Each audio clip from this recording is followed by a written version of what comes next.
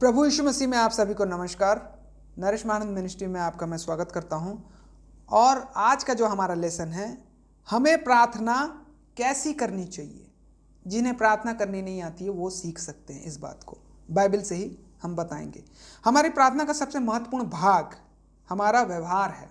याद रखें इस बात को। हमारी प्रार्थना परमेश्वर में मजबूत विश्वास और सच्चे मन से होनी आवश्यक है।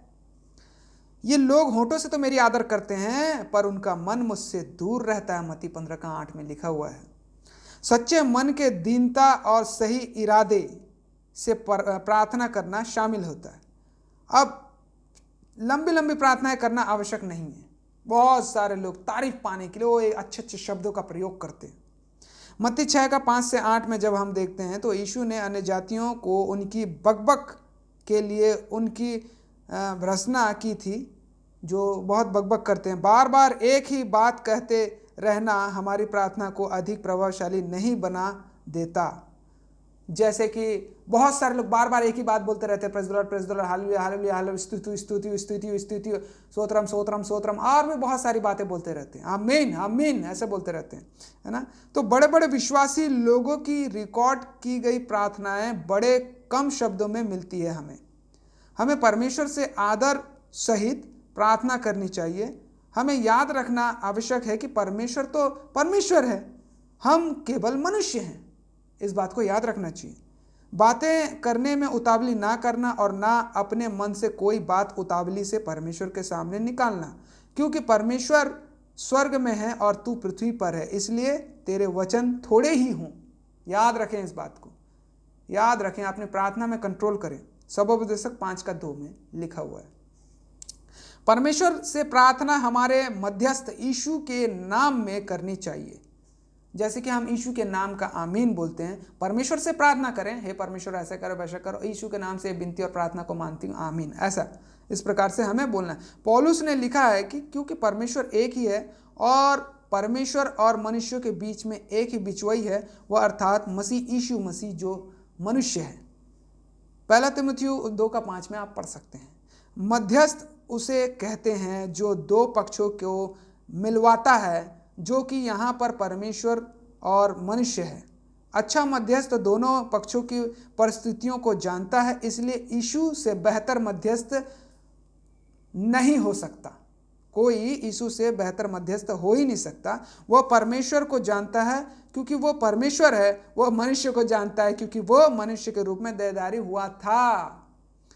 फिलिपियों 2:5-11 में आप पढ़ सकते हैं। पौलुस ने हमें यह भी आवश्यक किया है कि परमेश्वर को की गई हमारी प्रार्थनाओं में पवित्र आत्मा का भी योगदान है। पवित्र आत्मा का बहुत बड़ा योगदान है प्रार्थना करने में।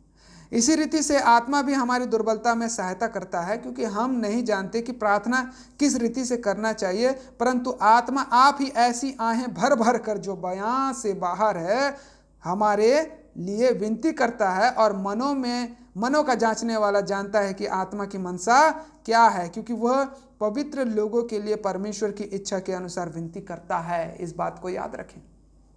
रोमियो उसका 8:26-27 आप पढ़ सकते हैं। ये आहें किसी प्रकार की आत्मिक भाषा नहीं है जिसका केवल परमेश्वर को ही पता हो, बल्कि वे मनुष्य की नहीं बल्कि पवित्र आत्मा की आहें हैं। पवित्र आत्मा क्या करता है? बेशक हम उसकी सब बातों को नहीं समझ सकते हैं, पर हम इतना सुनिश्चित हो सकते हैं कि आत्मा और मसीह हमारी विनतियों को लेकर के परमेश्वर के सामने इसकी इच्छा के अनुसार प्रस्तुत करते हैं। हमारी प्रार्थना को पवित्र आत्मा और परमेश्वर प्रभु यीशु मसीह हमारे लिए ये बड़ा प्रोत्साहन देने वाला होना चाहिए। प्रार्थना ये संकेत भी है कि अपनी प्रार्थनाओं के उत्तर के लिए हम जो कर पाएंगे वह करेंगे। प्रार्थना बिना कुछ किए दूसरों की सहायता करने का आसान तरीका है। याकूब 2:15-16 आप पढ़ सकते हैं। याकूब ने इस व्यवहार के विरुद्ध चेतावनी दी। यदि कोई भाई बहन नंगे उघाड़े हों और उन्हें प्रतिदिन भोजन की घटी हो, तो तुम में से कोई उनसे कहे, कुशल से जाओ, तुम गर्म रहो और तुम तृप्त रहो, पर जो वस्तुएं देह के लिए आवश्यक है वह उन्हें ना दे तो क्या लाभ। प्रार्थना करने से कुछ नहीं होगा, उनको उनके देह के लाभ के लिए भी हमें कुछ करना पड़ेगा। अन्य शब्दों में किसी के लिए केवल प्रार्थना कर देना है, उसके किसी काम का नहीं बल्कि जरूरतमंद लोगों की मदद करनी आवश्यक है। याद रखें इस बात को। परमेश्वर अपने सेवकों के द्वारा प्रार्थनाओं का उत्तर देता है, इसलिए हम किसी के लिए बिना कुछ किए और केवल यह सोचकर कि हमने अपना फर्ज निभा दिया केवल प्रार्थना नहीं कर सकते। हमको उनको मदद भी करना है और प्रार्थना भी करना है। याद रखें इस बात को। तो दोस्तों, आज का हमारा सेशन ये खत्म हुआ। हमें कैसी प्रार्थना करनी चाहिए, मदद के साथ प्रार्थना करनी चाहिए लोगों के लिए, याद रखें, है ना। तो ये आज हमारा प्रार्थना का सेशन खत्म होता है। इसी प्रकार से हम नए नए वचनों को आपके मसीह जीवन को स्ट्रांग बनाने के लिए लाते रहेंगे। आप हमारे चैनल को सब्सक्राइब करें, लाइक करें, शेयर करें, कमेंट करें और इसी प्रकार से आप हमारे मिनिस्ट्री में शामिल हो सकते हैं। परमेश्वर आप सभी को आशीष दे। धन्यवाद।